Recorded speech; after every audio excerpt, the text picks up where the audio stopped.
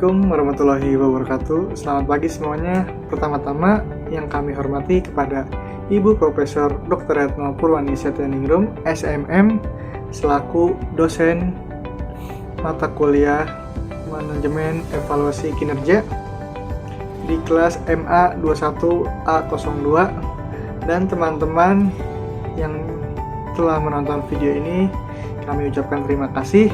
Baik, langsung saja perkenalkan.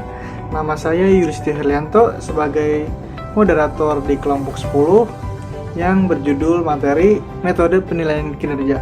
Baik, tanpa berlama-lama, langsung saja masuk ke materinya. Oke, kita masuk materi metode penilaian kinerja.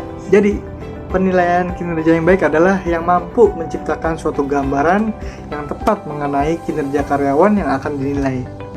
Jadi, penilaian kinerja tidak hanya ditujukan untuk menilai dan memperbaiki kinerja yang buruk, namun juga untuk mendorong para pegawai agar bekerja lebih baik lagi daripada sebelumnya. Baik teman-teman semua, dengan saya Hanif Almadani. Di sini saya akan melanjutkan materi tentang metode-metode dari penilaian kinerja. Nah, di sini metode dari penilaian kinerja yang pertama ada rating scale, yang dimana rating scale ini yaitu bentuk menilai kinerja seorang karyawan dalam bentuk skala. Nah, biasanya skala ini digunakan, contohnya tuh seperti ketika kita menilai kinerja dosen di akhir semester ya. Nah, semisal angka 1 itu adalah yang terburuk, nah maka angka 5 ini adalah angka yang terbaik, sedangkan prestasi atau kinerja dosen yang disebut biasa saja berarti disebut 3 atau 4. Kemudian yang kedua yaitu critical incident, yang dimana seorang evaluator mencatat mengenai apa saja perilaku pencapaian terbaik dan terburuk yang dilakukan oleh si karyawan tersebut. Nah, dalam metode ini si evaluator harus menyimpan atau membawa catatan tertulis, misal catatan dalam bentuk buku dengan pulpen ya. Kemudian yang ketiga yaitu esai, yang dimana esai di sini seorang evaluator menulis kekuatan dan kelemahan karyawan itu secara deskripsi ya. Semisal kinerjanya pada masa lalu potensinya, dan kemudian memberikan saran-saran untuk pengembangan pekerjaan tersebut. Nah, yang keempat yaitu work standard. Nah, work standard ini berbeda dengan yang lain ya. Metode ini tuh membandingkan kinerja setiap karyawan dengan standar dari perusahaan yang sudah ditetapkan ya. Lalu yang kelima yaitu ranking, yang dimana penilaian di sini yaitu bentuknya seperti ranking ya. Nah, biasanya karyawan di sini nih yang kinerjanya itu sangat baik, maka dia akan ditempatkan di peringkat yang lebih atas. Nah, sedangkan karyawan yang kinerjanya itu kurang memuaskan atau kurang dari standar perusahaan, maka dia akan ditempatkan di ranking yang paling bawah. Kemudian yang keenam ada Prochet distribution.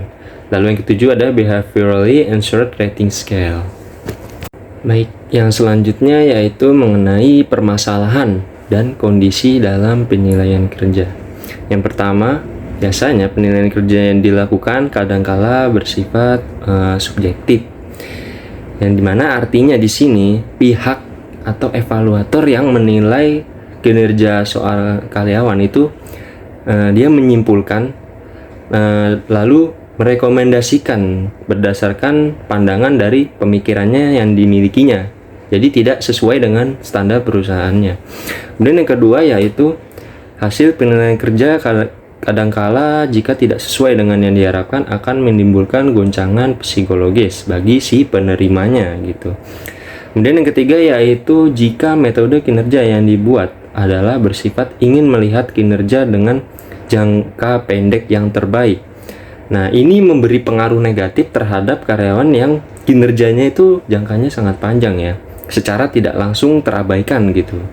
Padahal suatu organisasi di perusahaan tuh harus menyeimbangkan antara kinerja jangka pendek dengan kinerja jangka panjang.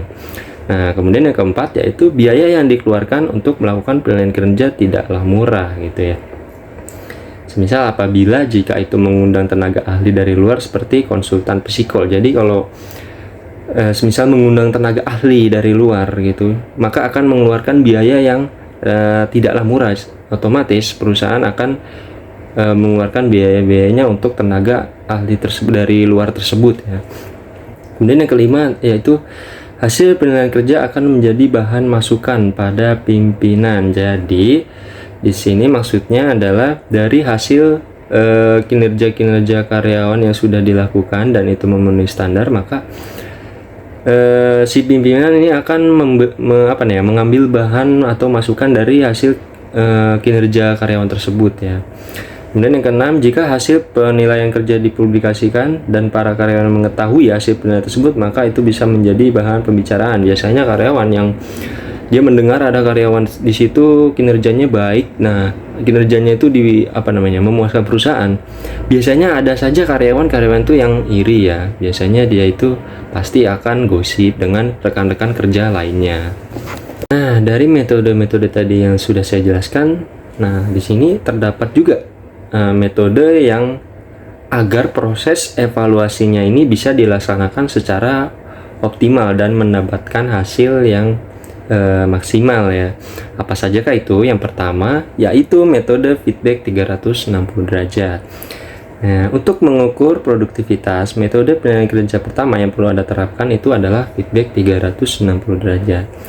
Nah, dengan metode ini si karyawan tuh dinilai paling efektif karena memungkinkan si karyawan ini mendapat masukan dari beragam posisi jabatan, mulai dari atasan hingga CEO, rekan kerja, dan bahkan bawahannya sendiri gitu. Nah, dengan metode tersebut maka kita bisa melihat bagaimana performa setiap karyawan dari berbagai sudut pandang ya gitu. Kemudian yang kedua yaitu metode evaluasi lewat kebiasaan karyawan memanfaatkan waktunya. Dan yang ketiga yaitu metode evaluasi berdasarkan target yang telah dicapai. Oke, baik, saya lanjut. Sebelumnya perkenalkan, nama saya Yasyas Yunur Donald. Saya akan melanjutkan tema mengenai metode penilaian kinerja karyawan yang efektif dan efisien. Yang pertama yaitu analisis pekerjaan. Jadi sebelum kita melakukan penilaian kinerja kepada karyawan, kita harus menganalisis terlebih dahulu jenis pekerjaan apa yang karyawan lakukan dalam perusahaan tersebut. Lalu yang kedua yaitu standar pekerjaan. Kita harus memberikan penilaian kinerja kepada karyawan itu sesuai dengan standar-standar pekerjaan yang mereka kuasai dalam perusahaan tersebut, agar nanti hasilnya lebih efektif dan efisien. Pada umumnya terdapat ada 4 sistem atau metode penilaian kinerja karyawan dalam perusahaan. Yang pertama yaitu behavioral appraisal system atau penilaian kinerja yang berdasarkan terhadap penilaian tingkah laku. Yang kedua yaitu personel atau performer appraisal system atau penilaian kinerja yang berdasarkan terhadap dari ciri dan sifat karyawan. Yang ketiga yaitu result oriented appraisal system atau penilaian kinerja dengan dasar hasil kerja karyawan. Yang berikut yaitu contingency appraisal system atau penilaian terhadap dasar kombinasi beberapa unsur mulai dari ciri, sifat, tingkah laku, dan hasil kerja karyawan. Saya Sri Yuli Rahayu. Ada unsur kesamaan dalam metode yang dikemukakan oleh Edwin Pipilipo Wirtz dan David serta Gary Disler, yaitu yang pertama penilaian secara kebetulan yang tidak sistematis. Metode penilaian ini memiliki beberapa karakteristik, yaitu A. Dilakukan sewaktu-waktu, B. Tidak terprogram, C. Diadakan pada saat terjadi kekosongan jabatan, D. Tidak konsisten. Yang kedua, penilaian secara kebetulan sistematis. Penilaian ini berbeda dengan penilaian secara kebetulan yang tidak sistematis karena terprogram dan dilakukan secara berkala. Yang ketiga ada ranking. Sistem ranking merupakan metode yang tertua dan sederhana, di mana caranya hanya dengan membandingkan karyawan satu dengan karyawan lain untuk menentukan siapa yang lebih baik dari yang lain. Yang keempat, person to person comparison. Metode ini juga membandingkan beberapa faktor tertentu, Misalnya kepemimpinan, inisiatif, dan keandalan. Untuk skala standar ya dapat dikembangkan sendiri dengan menilai mutu kepemimpinan mereka yang dikenal di masa sebelumnya. Yang kelima adalah grading. Grading atau penggolongan mutu adalah definisi dalam setiap kategori yang dibuat secara seksama. Misalnya baik sekali, baik, cukup, dan kurang. Yang keenam adalah graphic scale atau skala grafik. Merupakan metode yang paling umum dan banyak digunakan sebab baik tidaknya seorang karyawan akan dinilai berdasarkan faktor yang dianggap penting dalam perusahaan. Yang ketujuh adalah checklist atau daftar pertanyaan. Untuk meminimalkan beban penilai, sistem daftar pertanyaan dapat digunakan di mana penilai tidak mengevaluasi prestasi dan hanya melaporkan tingkah laku pada karyawan bagian personalia.